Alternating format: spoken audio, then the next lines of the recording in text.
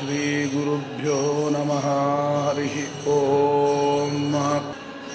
ನಾರಾಯಣಾಯ ಪರಿಪೂರ್ಣಗುಣಾರ್ಣವಾಯ ವಿಶ್ವೋದಯಸ್ಥಿತಲಯೋನ್ಯತಿಪ್ರದಾಯ ಜ್ಞಾನಪ್ರದಾಯ ವಿಬುಧಾಸುರಸೌಖ್ಯದುಃಖ ಸತ್ಕಾರಣಾಯ ವಿತತಾಯ ನಮೋ ನಮಸ್ತೆ.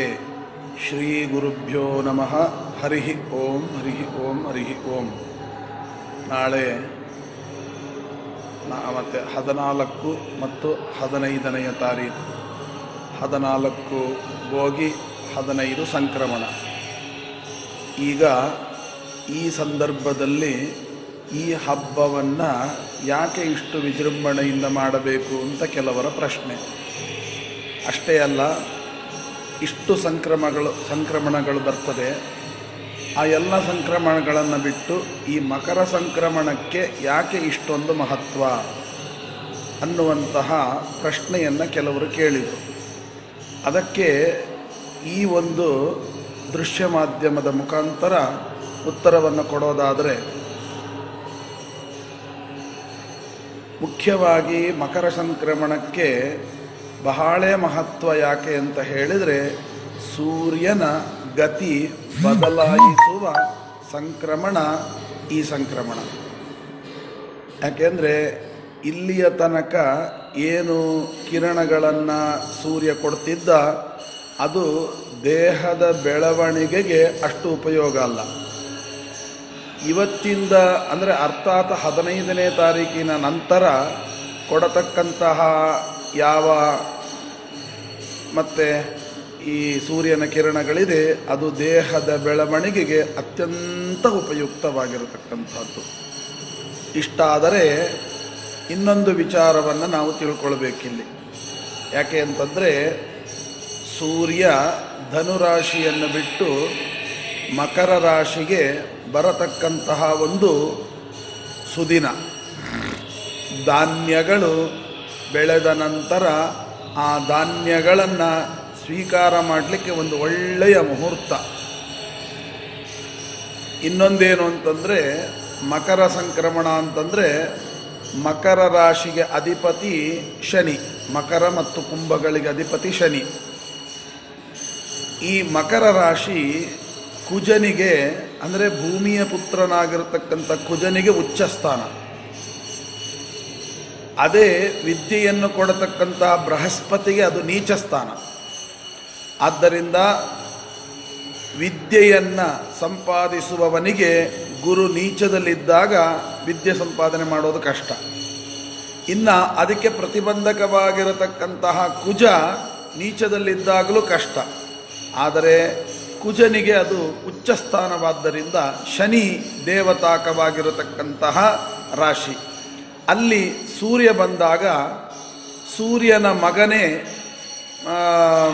ಮತ್ತು ಈ ಯಾವ ಶನಿ ಅವನ ಮನೆಗೆ ಅಪ್ಪ ಬಂದಾಗ, ಅಂದರೆ ಮಗನ ಮನೆಗೆ ಅಪ್ಪ ಬಂದಾಗ ಅಪ್ಪನಿಗೂ ಖುಷಿ. ಯಾಕೆಂದರೆ ಮಗನ ಮನೆಗೆ ಬಂದೆ ಅಂತ. ಮಗನಿಗೂ ಕೂಡ ಖುಷಿ, ಅಪ್ಪ ಬಂದ ಅಂತ. ಈ ಸಂದರ್ಭದಲ್ಲಿ ನಾವು ಎಳ್ಳನ್ನು ಯಾಕೆ ಬೀರೋದು ಅಂತ, ಎಳ್ಳು ಬೆಲ್ಲವನ್ನು ಕೊಟ್ಟು ಒಳ್ಳೆ ಮಾತನಾಡಿ ಅಂತ ಹೇಳುವಂತಹ ಒಂದು ಸಂದರ್ಭ. ಈ ಎಳ್ಳನ್ನು ಕೊಡೋದರಿಂದ ಏನಾಗುತ್ತೆ ಅಂತ ಕೇಳಿದರೆ, ಧನುರ್ಮಾಸದಲ್ಲಿ ಶರೀರಕ್ಕೆ ಬೇಕಾಗಿರತಕ್ಕಂತಹ ಕೊಬ್ಬಿನ ಅಂಶಗಳು ಚೆನ್ನಾಗಿ ಪೂರಕವಾಗಿರೋದಿಲ್ಲ. ಅದನ್ನು ಸಮತಟ್ಟು ಮಾಡತಕ್ಕಂತಹ ಚರ್ಮ ನೋಡಿ ಒಣಗಿ ಹೋಗಿರುತ್ತದೆ, ಅದನ್ನು ಸಮತಟ್ಟು ಮಾಡುವಂಥದ್ದು ಎಳ್ಳು.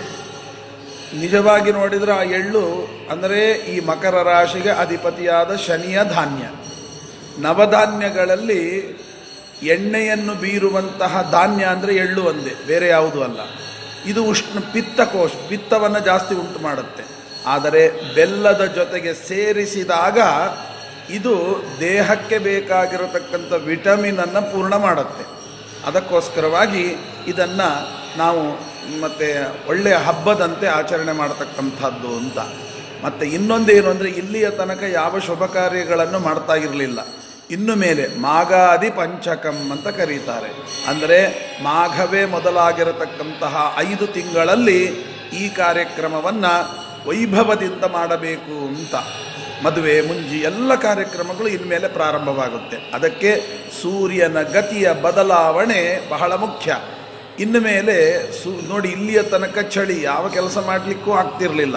ಆದರೆ ಇನ್ನು ಮೇಲೆ ಈ ಎಲ್ಲ ಸೂರ್ಯನ ಗತಿಯಿಂದಾಗಿ ನಿಮಗೆ ಚಳಿ ಇಲ್ಲಿಗೆ ನಿಂತು ಹೋಗುತ್ತೆ, ಚಳಿ ನಿಲ್ಲಿಗೆ ಪ್ರಾರಂಭ. ಇನ್ನು ಸೂರ್ಯ ಹುಟ್ಟುವಂತಹ ಸಪ್ತಮಿ, ರಥಸಪ್ತಮಿ ಸ್ವಲ್ಪ ಬಿಡುಗಡೆ ಆಗುತ್ತೆ. ಕೊನೆಗೆ ಶಿವರಾತ್ರಿ ಬಂತು ಅಂದರೆ ಶಿವ ಅಂತ ಹೊರಟು ಹೋಗುತ್ತೆ. ಅದಕ್ಕೋಸ್ಕರವಾಗಿ ಈ ರೀತಿಯಾಗಿರ್ತದೆ. ವಿಶೇಷ ಅಂದರೆ ಸಿಹಿ ಕುಂಬಳ, ತಮಿಳುನಾಡು ಕಡೆ ಪೊಂಗಲ್ಲು ಅಂತ ಮಾಡ್ತಾರೆ. ಇವೆಲ್ಲ ಎಲ್ಲ ದೇಶಗಳಲ್ಲಿಯೂ ಕೂಡ ಈ ಮಕರ ಸಂಕ್ರಾಂತಿಗೆ ಅಷ್ಟೊಂದು ಮಹತ್ವ ಇದ್ದದ್ದರಿಂದ ವಿಶೇಷವಾಗಿ ಈ ಮಕರ ಸಂಕ್ರಾಂತಿಯ ಆಚರಣೆ ಭೋಗಿ ಮತ್ತು ಸಂಕ್ರಮಣ ಅಂತ. ಉಡುಪಿಯಲ್ಲಿ ವಾದಿರಾಜ ಶ್ರೀಪಾದಂಗಳವರು 2 ವರ್ಷಕ್ಕೊಮ್ಮೆ ಪರ್ಯಾಯವನ್ನು ಆರಂಭಿಸಿದ್ದೇ ಈ ಮಕರ ಸಂಕ್ರಮಣದಲ್ಲಿ. ಆದ್ದರಿಂದ ನೀವು ನೋಡಿ, 2 ವರ್ಷಗಳಿಗೊಮ್ಮೆ ಪರ್ಯಾಯ ಬರೋದು ಇದೇ ಮಕರ ಸಂಕ್ರಾಂತಿಯಿಂದ ಆರಂಭವಾಗುತ್ತೆ.